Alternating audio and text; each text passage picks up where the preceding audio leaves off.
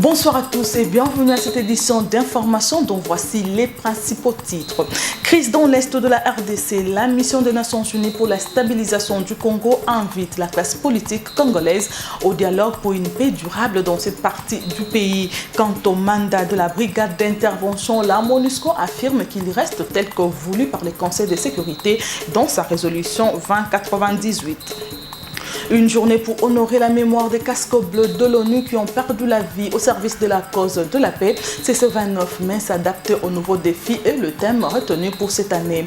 Enfin, c'est possible d'ouvrir une entreprise en RDC en l'espace des 72 heures seulement. Cela grâce au guichet unique de création d'entreprises inauguré ce mercredi par le chef du gouvernement Matata Ponyo. Voilà tout pour les sommaires. Bonsoir. Le déploiement de la brigade d'intervention à RDC pour le maintien de la paix suscite encore des inquiétudes au sein de l'opinion et particulièrement parmi les professionnels des médias. Le porte-parole de la MONUSCO confirme que le mandat de la brigade n'a pas changé. Pour la mission onusienne, la solution à la crise passe par le dialogue entre les différents partenaires de la classe politique congolaise. Il a dit au cours de la vidéoconférence hebdomadaire de la MONUSCO ce mercredi en son quartier général Mariam Boya et Dieu merci ce cas. La guerre est le prolongement de la politique. C'est par ce mot que le porte-parole civil de la MONUSCO a cru éclairer la presse sur le mandat de la brigade d'intervention qui jusque-là suscite encore de questionnements. Madnod Mounoubaï confirme le déploiement progressif des éléments de cette force. Son mandat ne changera pas tel que prévu dans la résolution 2098 du Conseil de sécurité. On tire la première cartouche. On se parle toujours. Jusqu'à la dernière minute, on peut toujours espérer que les parties concernées peuvent se décider de ne pas utiliser les moyens, de ne pas faire la guerre, mais d'utiliser les moyens pacifiques. On n'a pas arrêté le déploiement de la troupe d'intervention. Ce déploiement va se faire. Une fois que le déploiement sera complet, ils vont accomplir leur mission. Quant à la situation humanitaire, après Kinshasa, la sous-secrétaire générale des Nations Unies chargée des affaires humanitaires s'est rendue à Goma où elle a rencontré le déplacé interne dans les sites de Sotraki. Environ 3000 personnes ont trouvé refuge dans différents sites à la suite des affrontements de la semaine dernière entre les FARDC et le M23. Dans son message, elle exhorte que le chemin vers la paix durable sera long, mais nous devons garder espoir et demeurer courageux. Fin de citation. Comme on peut le constater, les conséquences des affrontements entre les FARDC et les forces négatives qui opèrent dans cette partie du pays sont incalculables. Comment s'adapter aux nouveaux défis? C'est le thème retenu par les Nations Unies pour célébrer la journée internationale de casques bleus prévue le 29 mai de chaque année. L'accent est mis cette fois-ci sur les casques bleus qui ont péri en servant sous la bannière des Nations Unies. Abdallah Wafi, représentant spécial adjoint ad intérim de l'ONU en RDC, revient sur la mission de casques bleus qui consiste, selon lui, au rétablissement de la paix durable dans les pays déchirés par la guerre. La cérémonie officielle a eu lieu au bataillon ghanéen de Kinshasa, Mariam Boya et Dieu merci ce cas. Un défilé agrémenté par la fanfare de casques bleus, la journée internationale de casques bleus a été bien fêtée avec faste à Kinshasa. Faisant d'une pierre deux coups, les responsables militaires de la MONUSCO ont fait le bilan des opérations menées sur le terrain. Ils ont rendu un hommage mérité à ceux de l'heure qui, au cours de l'année écoulée, ont perdu la vie en servant sous le drapeau bleu. Abdallah Wafi, représentant spécial adjoint ad intérim, devait au nom du représentant spécial des Nations Unies affirmer que la RDC vit une période particulière avec la guerre qui secoue sa partie Est. Nous sommes à une période charnière pour relever les nombreux défis à la paix et à la stabilité en RDC et en particulier dans l'Est du territoire. Comme vous le savez, le Conseil de sécurité a voté la résolution 2098 en mars dernier, laquelle donne de nouvelles orientations à la MONUSCO et notamment en créant la brigade d'intervention dont le déploiement est en cours.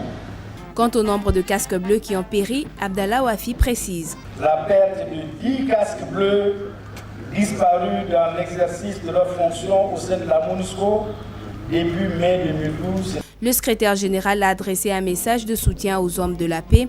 Il a salué toutes les opérations de maintien de la paix qui se déroulent à travers le monde. Toujours en rapport avec cette journée dédiée au casque bleu, les Quinois rencontrés par notre équipe de reportage expliquent diversement le rôle de casque bleu. Les uns pensent que les soldats de la paix remplissaient correctement leur mission dans le passé. Ce n'est plus le cas aujourd'hui, estiment les autres, malgré les soutiens qu'ils apportent au FARDC. Suivez. C'est pour le maintien de la paix dans les pays où il y a des troubles, de conflits armés. Moi, je suis ici dans la ville, mais il y a un peu de perturbation au niveau de l'Est là-bas. Ils sont là, ils sécurisent la population. Non, mais ça va de pair. Quand on est militaire, il faut s'attendre aussi à être tué. C'est regrettable, c'est vrai. Mais ce sont des gens qu'il faut féliciter, hein, puisqu'ils se donnent, ils donnent de leur vie, ils donnent de leur temps. Ils fréquentent des milieux très hostiles. Ils risquent leur vie, mais ça va de soi, c'est normal. Vers les années 1960, nous avons connu les casques bleus. Selon l'histoire, je n'étais pas né pendant cette période-là. Mais la solution a été positive parce que pendant la période de détention, ces casques bleus ont agi d'une manière énergétique. Mais pendant cette période, nous avons un peu des inquiétudes. On les voit sillonner à travers toutes les villes, toutes les provinces. Mais la solution n'est pas du tout favorable. Après les incidents signalés le 20 mai à Goma, plus de 300 déplacés vivent dans les conditions infrahumaines dans les camps de Ndosho et de Moguga 3. Selon Omar Kavota, vice-président et porte-parole de la société civile du Nord Kivu, ces sites ne disposent plus de moyens logistiques et financiers pour répondre aux besoins des déplacés. Omar Kavota est joint au téléphone par Eric Ngamba. Il faut dire que l'ensemble de déplacés qui avaient fui Mugunga vivent dans des conditions pratiquement précaires dans la ville. Et comme vous savez, c'était une débandade qui les a forcés de quitter les cas de Mugunga à la suite des bombes qui étaient lancées par le M23. C'est-à-dire qu'ils se déplacer des conditions difficiles. Mais en dehors de se déplacer, il faut dire aussi que les familles qui ont subi les bombes de M23 dans les quartiers de Ndosho vivent pratiquement dans des conditions déplorables. Des familles du moins dont les habitations ont été détruites par des bombes. Donc toutes ces personnes, plus de 300 ménages, traversent des conditions pratiquement difficiles et méritent le soutien, méritent l'assistance. Il y a des sans-abri. Il y a ceux qui n'ont rien en termes de vivres, de produits de première nécessité. Il y a ceux qui ont fui, laissant derrière eux couverture et autres effets. Et pour ceux qui ont trouvé leur maison complètement détruite, ils ont besoin de tout. Même les ustensiles, les couvertures, les abris et le vivre. Donc, s'il faut parler d'urgence, c'est pratiquement les biens de première nécessité dont ils ont besoin et cela devrait être fait le plus tôt pour que ces personnes puissent continuer à vivre aisément comme des personnes en toute dignité. Au lendemain des affrontements entre le FARDC et les rebelles du M23 à Moutao, près de Goma dans la province du Nord Kivu, une délégation du gouvernement central conduite par le vice-premier ministre en charge de la défense est au chevet des victimes de cette barbarie. Les blessés de guerre et autres militaires au front ont reçu un encouragement de l'exécutif national. Suivez ces reportages. C'était message de réconfort et d'encouragement du chef de l'État que cette délégation apporte aux éléments des forces armées de la République démocratique du Congo, au front et aux victimes des affrontements de la semaine dernière entre l'armée nationale et les rebelles du M23 à Moutao. Ici, dans l'une des formations médicales militaires où sont internés les blessés de guerre, Alex Louba rassure. Le gouvernement a disponibilisé un certain nombre de moyens financiers et matériel et envoyé une équipe de médecins de Kinshasa pour venir assister les malades dans cette zone opérationnelle.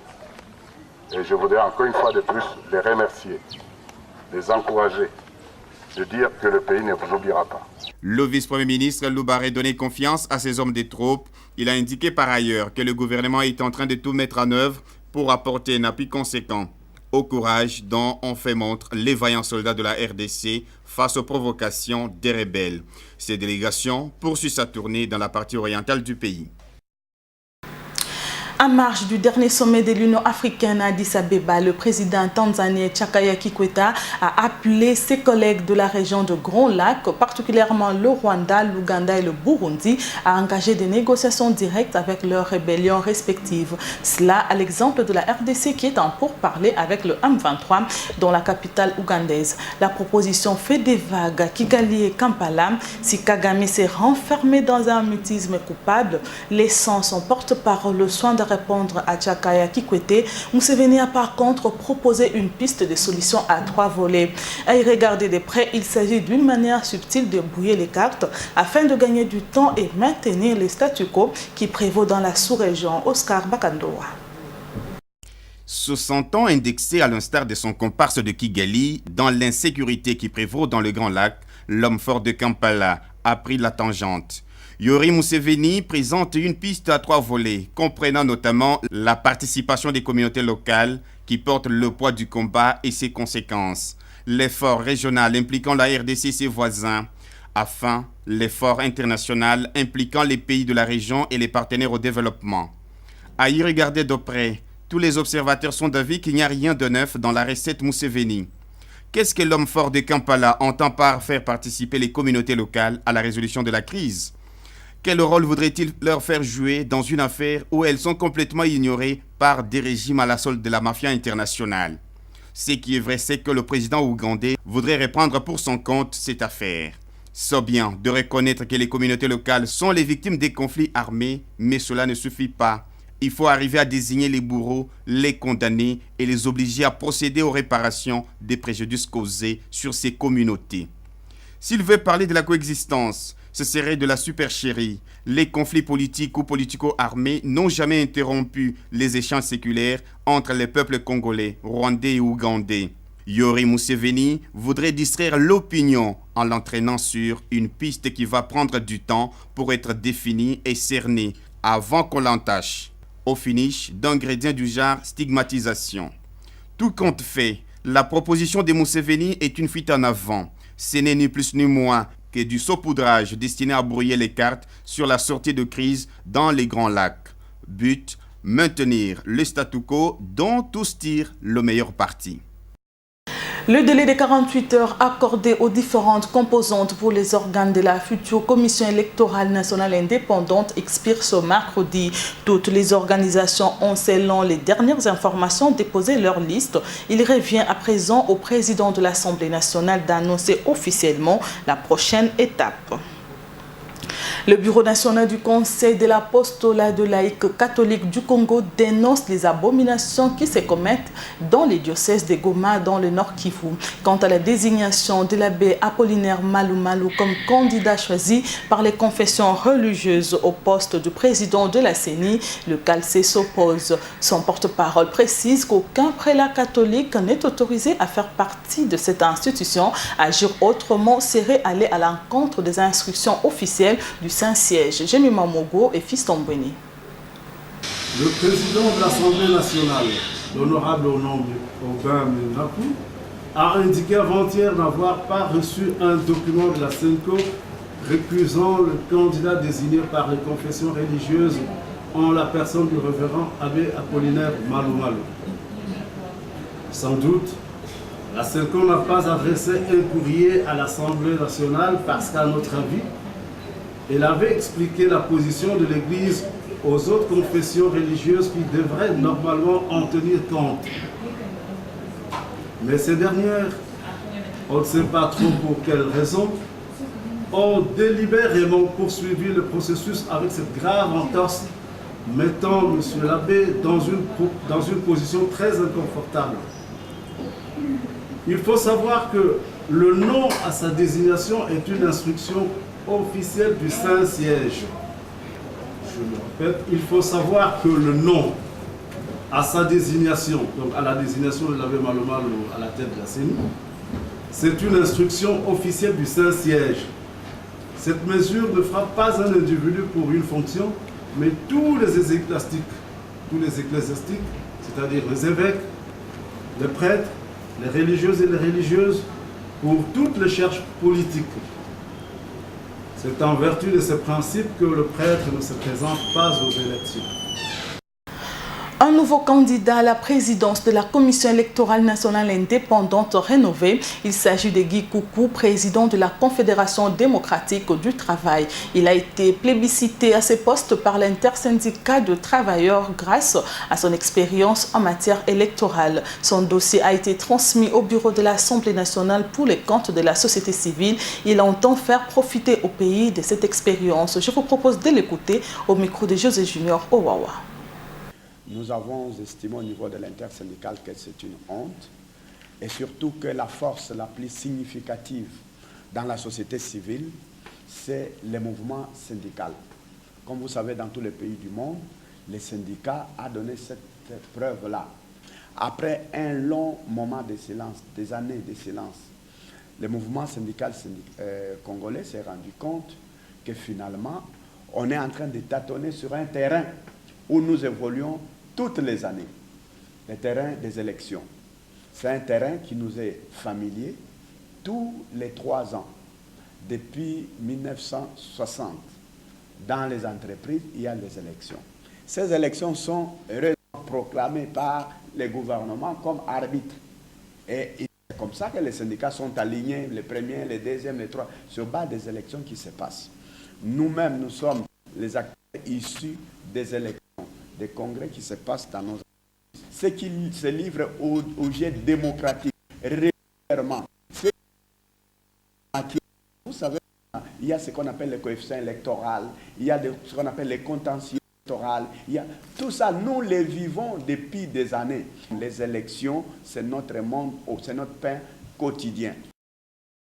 Les régies financières ont réalisé un excédent dans la mobilisation de recettes pour ce mois de mai. Le vice-ministre des Finances, Roger Chulungu, qui s'en félicite, estime que le service d'assiette sont sur la bonne voie. Il a fait cette annonce ce mercredi au cours de la réunion de suivi et d'évaluation de la mobilisation de recettes de Doudou Ndombe et Fiston Mbouéné.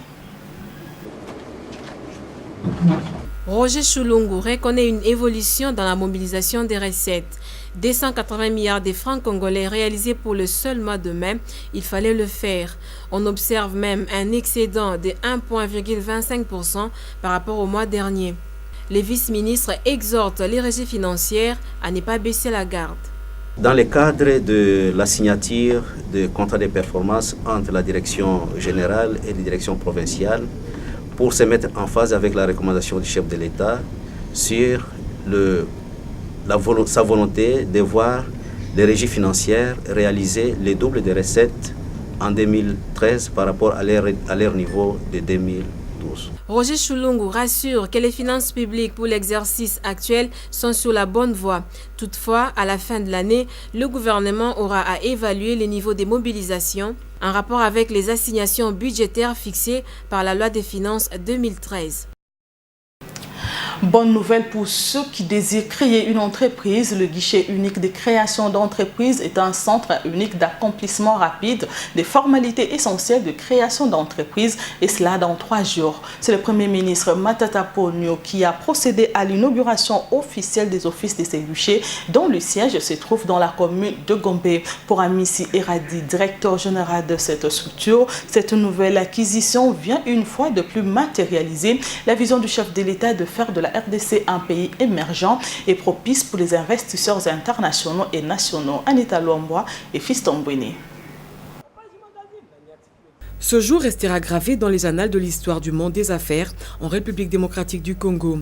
L'amélioration du climat des affaires devient jour après jour une réalité. Par la coupure du ruban symbolique, le Premier ministre Augustin Matata Ponyo est venu matérialiser la vision du chef de l'État, qui est celle de réduire le calvaire des potentiels investisseurs. Il ne sera plus question d'un parcours de combattant pour ouvrir une entreprise comme c'était le cas. Selon Amissi Eradi, directeur général du guichet unique, 3 jours suffisent pour obtenir tous les papiers de création d'une entreprise. La mise sur pied du guichet unique de création d'entreprise s'inscrit également dans la dynamique gouvernementale des réformes destinées à améliorer le climat des affaires et des investissements. Pour une société privée à responsabilité limitée d'alors, le coût global des formalités requises avoisinait à un moment $3 000 américains avant d'être ramenés à environ $800 américains. Du côté du gouvernement, le chef de l'exécutif national, la ministre de la Justice et des Droits humains ne cachent pas leur satisfaction. À travers le guichet unique, les opérateurs économiques n'auront plus à errer d'une administration à une autre pour accomplir les formalités requises pour créer une entreprise. Le gouvernement croit au secteur privé. Conformément à la volonté du président de la République, le secteur privé doit être au centre de la croissance économique. Le secteur privé doit être au centre du développement économique. Le secteur privé doit être au centre de la création d'emplois. Ce n'est pas l'État qui offre le volume le plus important de l'emploi, c'est le secteur privé. Déjà, plus de 46 entreprises enregistrées, dont 33 sociétés commerciales, ont déjà obtenu le feu vert pour débuter les activités. Le gouvernement français, par l'entremise de l'Agence française de développement, réaffirme son engagement de poursuivre sa coopération avec la RDC dans le secteur de l'éducation et de la formation professionnelle. Jean-Christophe Morin, chef de la délégation de cette structure, l'a annoncé au directeur général de l'INPP. C'était au cours d'une séance de travail qui a eu lieu à la direction générale de cette institution sur 6e rue Limité. Thierry Kassongo. Après une visite éclair effectuée au mois de mars dernier dans les ateliers, salles de formation et départements techniques de l'INPP, les responsables de l'Agence française de développement annoncent la poursuite de son financement pour parachever son programme et entamer la deuxième phase qui consiste à faciliter l'insertion socio-professionnelle des jeunes. On est dans une relation partenariale très forte qui se confirme, donc le début aussi des financements des investissements réalisés très rapidement. Pendant ce temps, la courbe des effectifs des apprentis formés est passée de 3 659 à plus de 27 742 à ce jour. Voilà qui nécessite l'accompagnement des bénéficiaires dans leur vie socio-professionnelle. Maurice Chikouya, directeur général de l'INPP, apprécie ces démarches. Nous sommes dans une phase décisive de mise en œuvre de ces projets. Et après les premiers financements, qu'est-ce que nous allons faire après? C'est ainsi qu'on a parlé de la création des petites et moyennes entreprises, de l'auto-emploi, parce qu'il ne faut pas négliger l'auto-emploi, parce que l'auto-emploi fait partie des dispositifs de création d'emplois en République démocratique du Congo. Cet appui de l'Agence française de développement concerne également les établissements de l'Institut national de préparation professionnelle installés dans les 11 provinces de la RDC.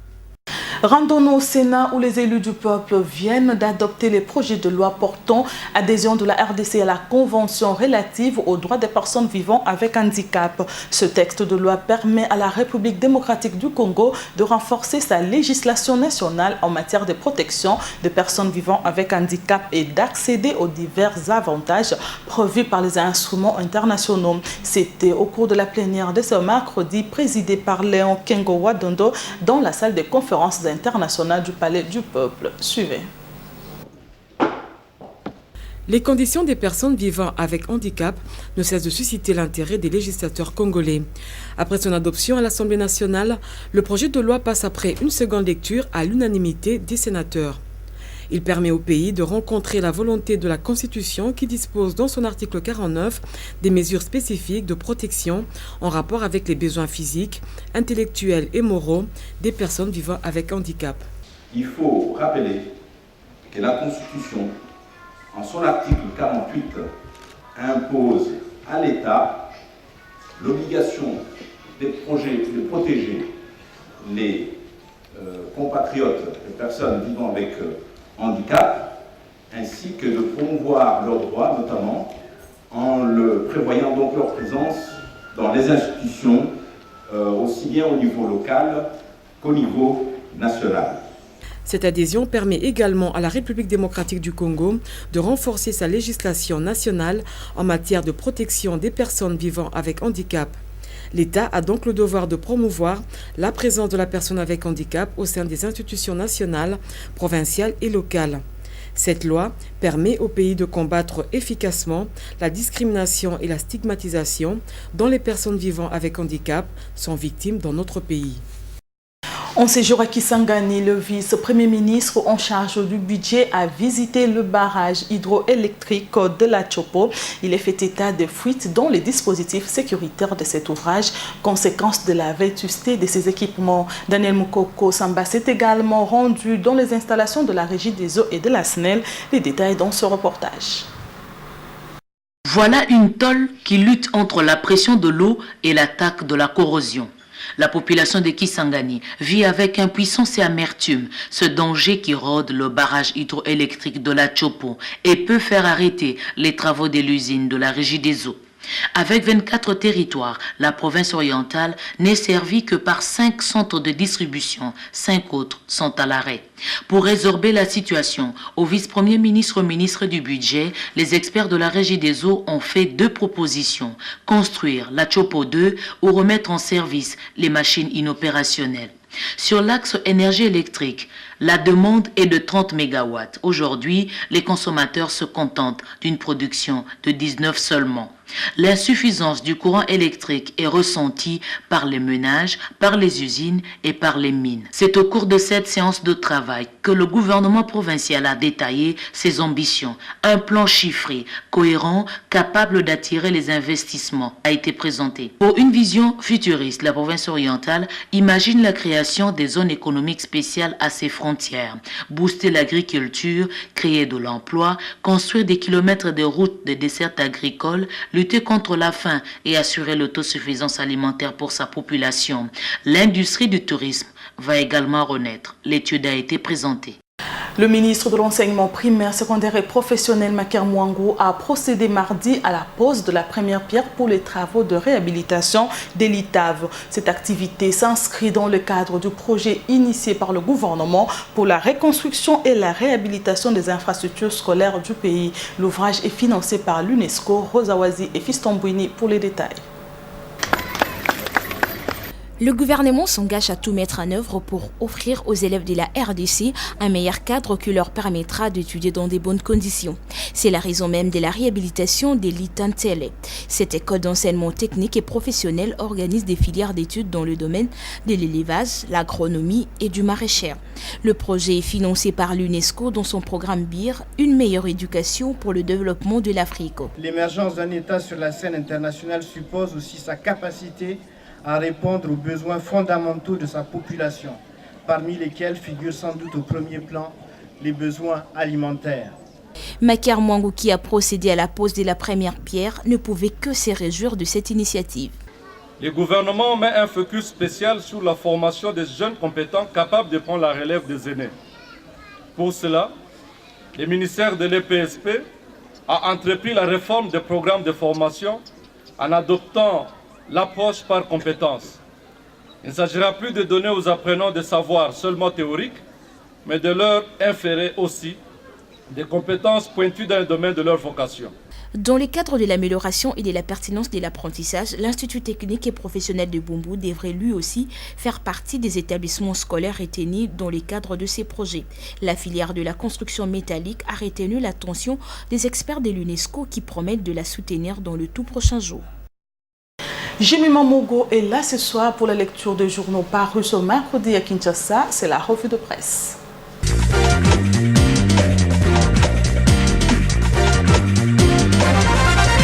La reprise des pourparlers de Kampala, l'interpellation du ministre Kabweloulou à l'Assemblée nationale, l'élection du gouverneur de l'Équateur, autant de sujets qui font la une des journaux parus ce mercredi à Kinshasa. Le potentiel qui ouvre le bal titre en sa manchette, Museveni brouille les cartes dans les Grands Lacs. En effet, la proposition du président tanzanien Jakaya Kikwete, qui consiste à amener d'autres États de la région des Grands Lacs à engager des discussions directes, à l'instar de la RDC, avec le rébellion fait des vagues à Kigali et à Kampala. Si Kagame s'est enfermé dans un mutisme coupable, laissant à son porte-parole le soin de répondre à Jakarta Kikwete, renchérit le journal, Museveni a par contre proposé une piste de solution à 3 volets. À y regarder de près, il s'agit d'une manière subtile de brouiller les cartes afin de gagner du temps et de maintenir le statu quo dans la sous-région. Kampala Kinshasa attend le signal de la médiation et crée la prospérité. Le tabloïd renseigne que François Mwamba soutient que s'il y a blocage, ce n'est pas du fait que Kinshasa attend la proposition finale de la médiation devant sanctionner la fin des pourparlers. À l'opposé, poursuit le journal, le M23 avait également présenté sa contre-position, mais seulement le contenu avait été jugé inadmissible par Kinshasa, qu'il avait tout simplement rejeté. Entre-temps, le ministre de la Défense nationale demande aux groupes armés de déposer les armes, rapporte l'Observateur. Le quotidien précise que Alexandre Louba, qui séjourne depuis lundi dernier avec ses collègues de l'Intérieur et du genre, a demandé hier mardi aux groupes armés du Sud Kivu de déposer les armes et de se rendre aux forces armées congolaises. Kigali en guerre contre Kampala, titre l'Avenir. Dès lors, des analyses entrevoient la guerre, rapporte le quotidien. Une guerre longtemps tacite mais qui a pris le corps plus particulièrement avec l'option de Kampala de parrainer les concertations politiques entre Kinshasa et les rebelles du M23. En effet, renchérit le journal, le facilitateur souffle le chaud et le froid quant à la signature d'un document devant consacrer la fin de ces travaux qui s'éternisent. Le Phare parle plutôt de l'interpellation du ministre des Mines ce mercredi à l'Assemblée nationale dans l'argumentation de l'interpellateur qui n'est autre que Germain Kambinga qui s'est fait état du constat selon lequel les potentialités minières de la RDC qui font d'elle un véritable scandale écologique ne profitent pas au pays. Ce député du MLC veut obtenir des explications sur la gestion de ces secteurs. Pendant ce temps, comme un Titanic en plein naufrage, selon le magazine Ressources Naturelles, le glace aurait sonné pour Eurason Natural Resources Corporation car tel un Titanic, écrit Solange Poutou, ce géant minier serait en train de sombrer dans le profond océan du désespoir. En tout cas, on n'en dirait pas moins au regard de l'évolution de la situation de cette société. Les mines congolaises ne profitent qu'à une poignée d'individus au détriment de la grande majorité. Eh bien, Nadine Daing, c'est tout pour ce soir. Merci Jimmy Mamogo pour cette revue de presse, ce communiqué avant de boucler cette édition d'information. La Direction générale des impôts informe les contribuables relevant de la gestion des centres d'impôts synthétiques que la date limite pour la souscription de la déclaration et les paiements du solde de l'impôt sur les bénéfices et profits de l'exercice fiscal 2013 revenu 2012 à charge de petites entreprises est fixée au plus tard le vendredi 31 mai 2013. Les contribuables concernés sont invités à obtenir le modèle de la déclaration auprès des centres d'impôts synthétiques de leur ressort et à procéder au paiement du dit solde dans ces délais sous peine d'application des pénalités fiscales prévues par la législation en vigueur. Fait à Kinshasa le 21 mai 2013, Dieudonné Lokadimoga, directeur général de la DGI. Mesdames et messieurs, c'est la fin de cette édition d'information. Merci de nous avoir suivis et bonne suite de programme sur Télé 7, la télé républicaine.